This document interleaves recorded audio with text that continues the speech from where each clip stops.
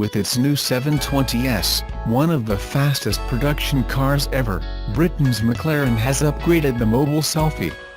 If you order the track telemetry with cameras pack, you receive 3 built-in cameras to record your high-speed exploits in high-definition color. The first is set into the hood lining, the second in the front bumper, and third superposes the rear parking camera to give you a 3-screen replay of your day on the track. You can watch the result on the car's central touchscreen or export it to a screen of your choice. It's not just the pictures.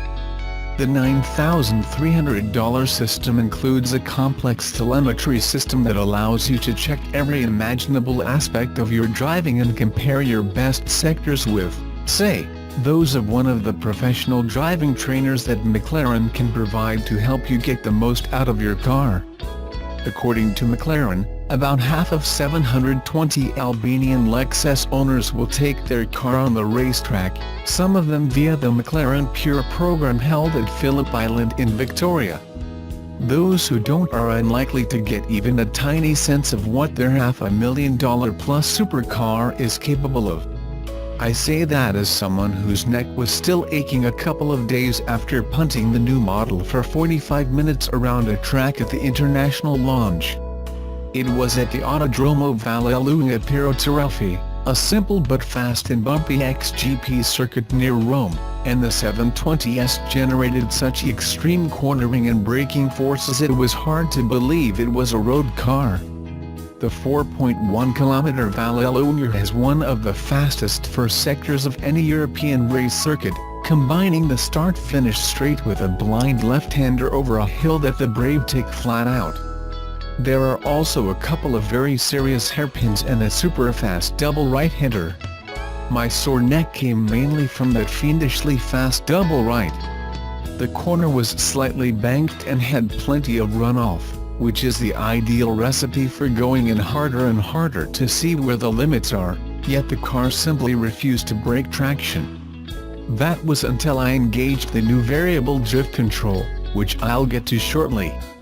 The McLaren 720S is a mid-engined, rear-wheel drive, 2-seater coupe, with trademark McLaren dihedral doors that open upwards and forward like butterfly wings. The first Australian customers will receive their cars in July, paying a base price of $489,900, plus on-road costs, and considerably more if they flirt with the options list. The 720S is the second generation of the company's mid-range Super Series, replacing the 650S, which first went on sale as the MP4-12C in 2011.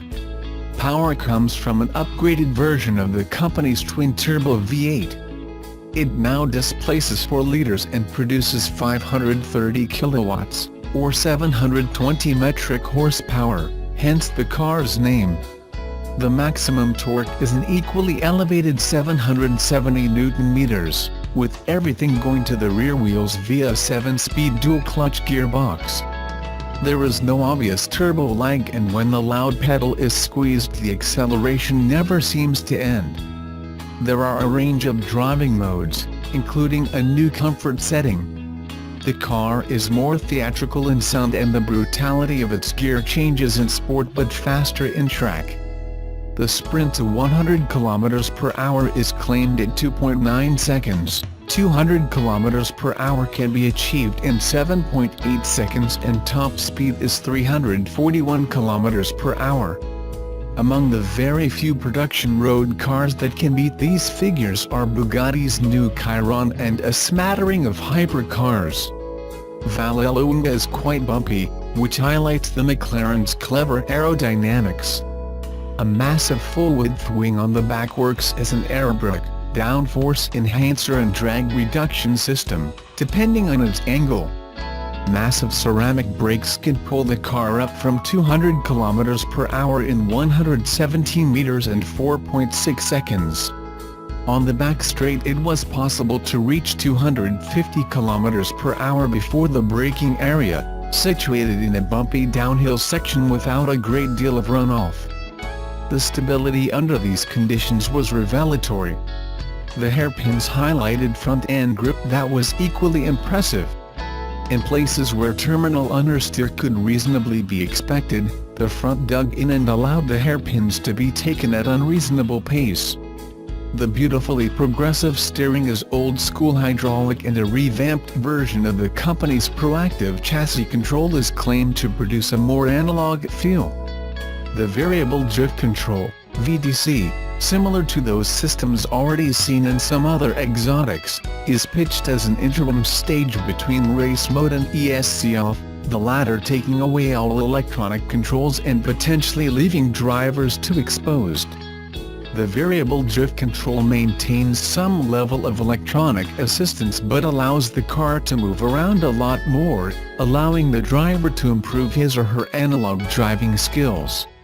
It also provides a reminder of how much a modern car is looking after you. With the VDC on, I experienced some wild oversteer moments that simply hadn't happened at similar speeds in race mode. On public roads the car acquitted itself well, the phenomenal acceleration and braking being dead handy in Italian traffic. There was a rattle or two, some over-enthusiastic parking sensors and a few examples of not quite ideal fit and finish in the car generally well put together. The shortcomings were explained away by McLaren as pre-production issues. The styling is all new, built around a stronger and lighter carbon fiber tub, with aluminium and composite panels attached. Gone are the huge side air vents, replaced by more subtle grills atop the double-skin doors. The slightly odd nose, with those prominent eye sockets, will not be to everyone's taste. Their size is exaggerated by the sockets incorporating the headlights, daytime running lights and ducts to cool the transmission radiators. A major priority for McLaren was to provide the best visibility of any supercar, and this has been achieved with a lower engine and wraparound glass cockpit, fighter pilot style. This comes at the cost of a clear view of the engine, which most competitors put on full display. The payoff is a fairly large luggage tray behind the driver. Another consideration was better entry and exit, without the gymnastics required in the original 650S. Now the dihedral doors cut deep into the roof to aid access. They also extend less, meaning the car can be parked closer to other cars. Pose value aside, though, it is hard to see any real advantage over conventional doors.